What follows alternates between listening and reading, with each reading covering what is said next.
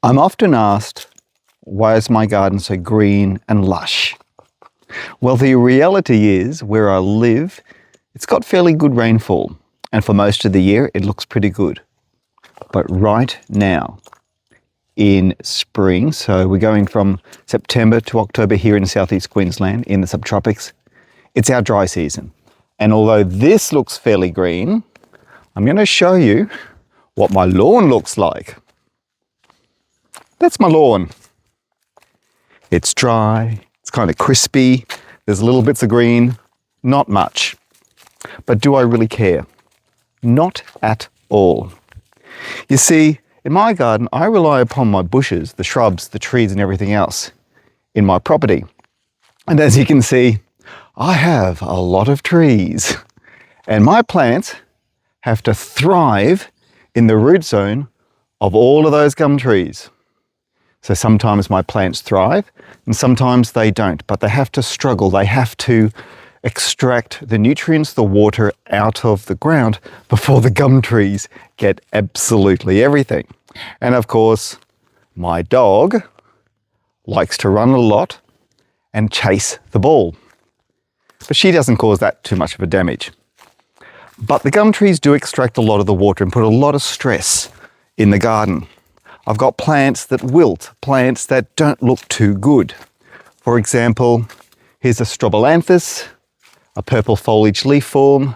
I think the proper name is Strobilanthus Hamiltonia. Absolutely, just check out the depth of colour of this leaf. It is fascinating. I'll put the proper name in the description of this particular YouTube. But the plants that I use, I select plants that do really well in my climate. Some of them thrive, some of them struggle.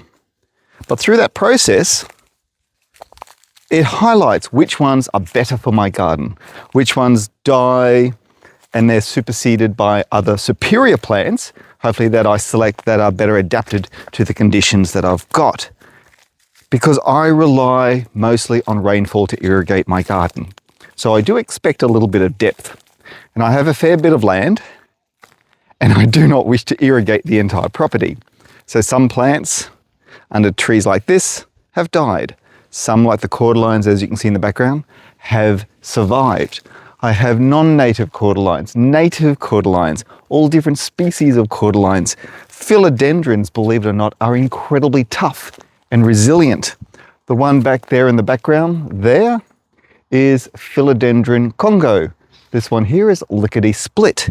And I've got other philodendrons climbing up trees. Incredibly tough. A very reliable plant to consider using in your garden if you do not want to use too much water. I've got mixes of natives and non-natives. I've got angel's trumpets, which that variety is in flower. This one hasn't started yet. But I do like a mixture of foliage, textures and colours and forms. Plants that I use for their foliage, some that I use for their flowers. Some like this Clesio Costos, or variegated ginger, is looking absolutely horrendous at this time of the year.